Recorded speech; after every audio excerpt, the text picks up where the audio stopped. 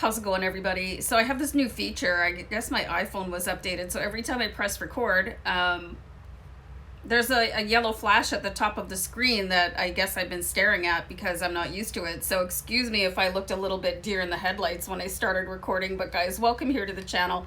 Robin with AriesFireTarot, and I'm having a sort of a technical difficulty in the background, so anyway, we're going to jump into a Sunday, August 23rd daily tarot card read for you guys. So I hope you're doing fabuloso out there. Just, I do my best to try and send you guys as much positive vibes and energy as I possibly can through YouTube. So, yeah, anyway, guys, I'm shuffling the good tarot and we're going to get into a reading. This is sort of a little check-in for yourself. Anyway, man, I just have no conversation right now, so I'm going to start the read. What part of myself have I been holding back? And you can say that to yourself. Like, what part of yourself have you been holding back? Let's have a card for that. So we have the Ten of Earth. So this is really interesting. So the Ten of Earth is like reaping all these rewards. It is actually the kind of the outcome of the journey of the Pentacles. Some tarot card readers, including myself, call this the jackpot card, and in some of my decks it's depicted by a treasure chest, and there it is here. I hope you can see it. I'm a little bit colorblind, so sometimes these earth tones can really blind me. So this is really interesting here. There is a wolf curled up with this character here, and I really think this has a lot to do with who you surround yourself with. That wolf there, there's something going on. You guys are maybe not associating with the right person, and it could even be yourself. It could be a shadow of self-doubt that you're experiencing when it comes to how much you deserve in your life, when it comes to abundance. So you could be your own block. Like if you're questioning yourself on your path, like, why am I not, married, wealthy, employed, whatever that is. I mean, it's time to look at the block, which is you. So I'm seeing a sense of loyalty needed here. The canine and the canid family are incredibly loyal. If anybody has a dog, or you've heard about dogs, like wolves travel in packs, and there's unspoken rules, and they mate for life. So there's something going on here. There's a lack of loyalty either within yourself. Maybe you don't quite trust yourself 100%. Or you don't trust somebody else, or somebody doesn't trust you and it's rubbing off on you. Interesting. So let's see what assumption or social norm is getting in the way. I'm going to pull this card. If I get some weirdo card sticking out of the deck while I'm shuffling, I'm going to take it. And this was actually 2 cards.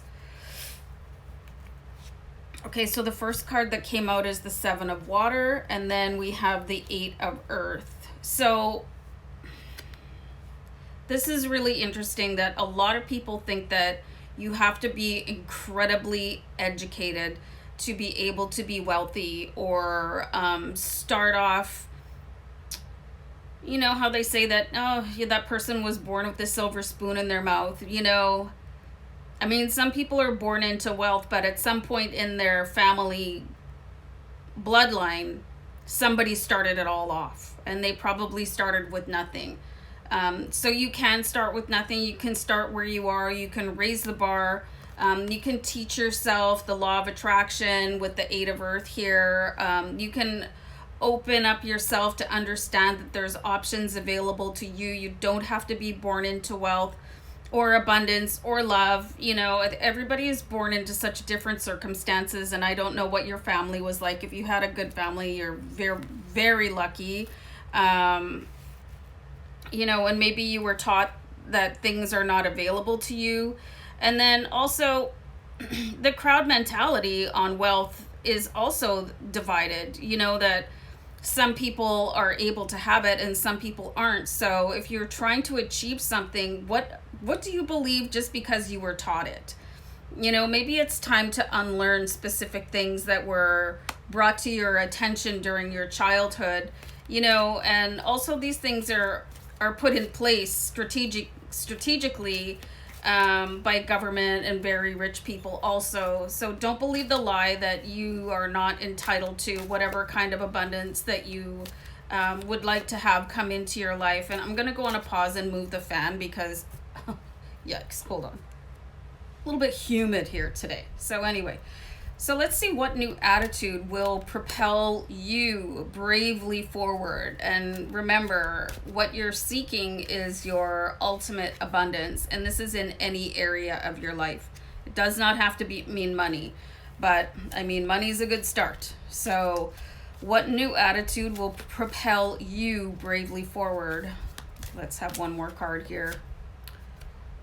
So you have the Nine of Fire. So this is really interesting here because the Nine of Fire is asking you to look at how far you've come along. This is the Nine of Wands, you guys. Most decks depict this with kind of a soldier figure with a wand in his or her hand, and then wands all behind them, and then looking at the futurescape and taking everything into consideration that happened before them. So this is what you're being urged to do. Like, what do you have to unlearn? What do you have to relearn? It's time to maybe separate yourself out from the herd, definitely, and look at what it is that you want and understand that there's different ways of manifesting things. You know, you're more powerful than you know. So really start observing your own actions and behaviors for what they are, and don't judge yourself, you guys. Don't judge yourself for any mistakes that you might have made.